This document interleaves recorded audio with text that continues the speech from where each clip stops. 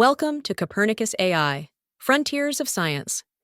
I'm Matilda, and today we're diving deep into topological phases of matter. Adam, this sounds incredibly complex.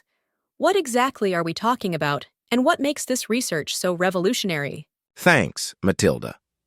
Topological phases of matter represent a fundamentally new way of understanding materials. Instead of focusing on local properties, we're looking at the global topological characteristics of the electronic structure. Think of it like a coffee mug transforming into a donut. Topologically equivalent, because you can deform one into the other without cutting or gluing. In materials, this topology dictates how electrons behave. What makes this revolutionary is that these topological properties are robust against local perturbations, meaning these materials are incredibly stable and can exhibit exotic behaviors. For instance, the work by Schindler in his 2025 paper, Introduction to Some of the Simplest Topological Phases of Matter, available on arXiv, emphasizes the pedagogical approach to understanding these complex systems, detailing the many-body perspective crucial for grasping their non-interacting models. So, it's about the shape, in a way, influencing the behavior of electrons. Can you give us a more concrete example? Absolutely. A prime example is topological insulators. These materials are insulators in their bulk, meaning they don't conduct electricity inside. However, their surfaces are perfectly conducting due to these topological properties. The electrons on the surface are protected from scattering, allowing them to move without resistance. This is a direct consequence of the material's topology. That sounds like it could have significant implications. Are there different types of topological phases, or is it all just topological insulators? There's a whole zoo of topological phases, each with its own unique properties and potential applications. As Ashley M. Cook discusses in her 2019 paper, Topological Skyrmion Phases of Matter, also on arXiv, skyrmions, which are topologically stable spin textures, can define entirely new phases of matter with chiral and helical properties.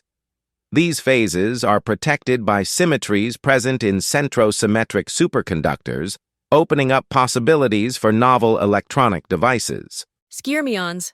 That's another new term for me. So it's not just about electrons, but also the spin of those electrons? Exactly. The spin arrangement and its topological properties are crucial, and it doesn't stop there.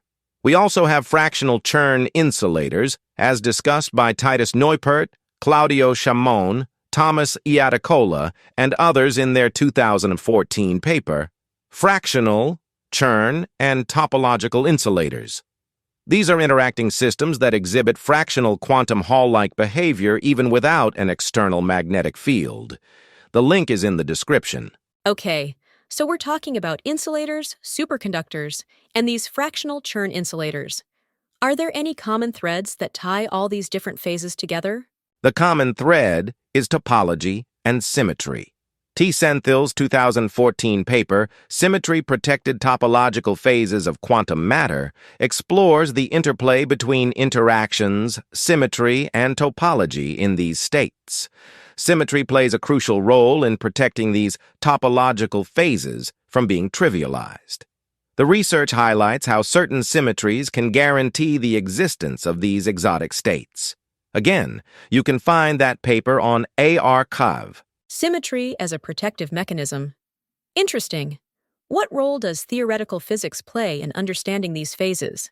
Theoretical physics is absolutely essential. Eduardo Fradkin's 2023 overview, Field Theoretic Aspects of Condensed Matter Physics, highlights how quantum field theory provides the framework for understanding these complex phenomena. It provides the mathematical tools needed to describe these emergent behaviors. That paper is available on arXiv as well. So it's a combination of theoretical predictions and experimental verification? Precisely. Theoretical physicists predict the existence of these phases, and then experimentalists go out and try to find them in real materials. It's a constant interplay between theory and experiment. What about the applications? You mentioned quantum computing earlier. How do these topological phases factor into that? Topological phases are incredibly promising for quantum computing because they offer a way to create robust qubits, the basic building blocks of a quantum computer. The topological protection ensures that the qubits are less susceptible to noise and decoherence, which are major challenges in building stable quantum computers. Colleen Delaney and Zhenghan Wang discuss the application of symmetry defects to topological quantum computing in their 2018 paper on AR-Kakshv, exploring how these defects can be used to manipulate and control topological qubits. So it's about building more reliable quantum computers using these exotic materials. Are there any other potential applications beyond quantum computing? Absolutely. Topological materials could revolutionize electronics. For example, the dissipationless transport in topological insulators could lead to more energy-efficient devices. Also, the unique properties of skyrmions could be harnessed for novel magnetic storage devices. As Manuel Asare discusses in his 2016 paper, Space, Matter, and Topology, the hidden topology in the energy spectrum is key for novel conducting and insulating properties, which could transform material science. The link to that paper is also in the description. Energy-efficient electronics and novel storage devices. That sounds like a significant impact. But given how complex this all is, how are researchers actually identifying and working with these materials? Increasingly, quantum algorithms are being used to study and design these materials.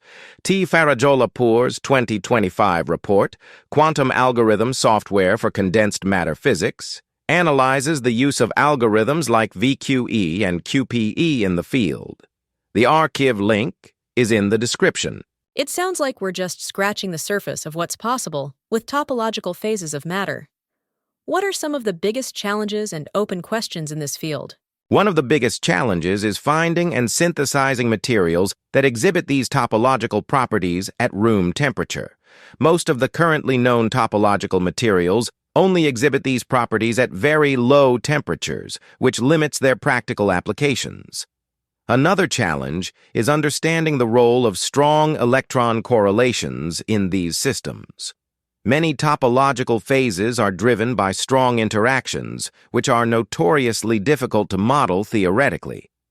There's also the work of Jing Wang, Biao Lian, and Shucheng Zhang in their 2014 paper, Quantum Anomalous Hall Effect in Magnetic Topological Insulators.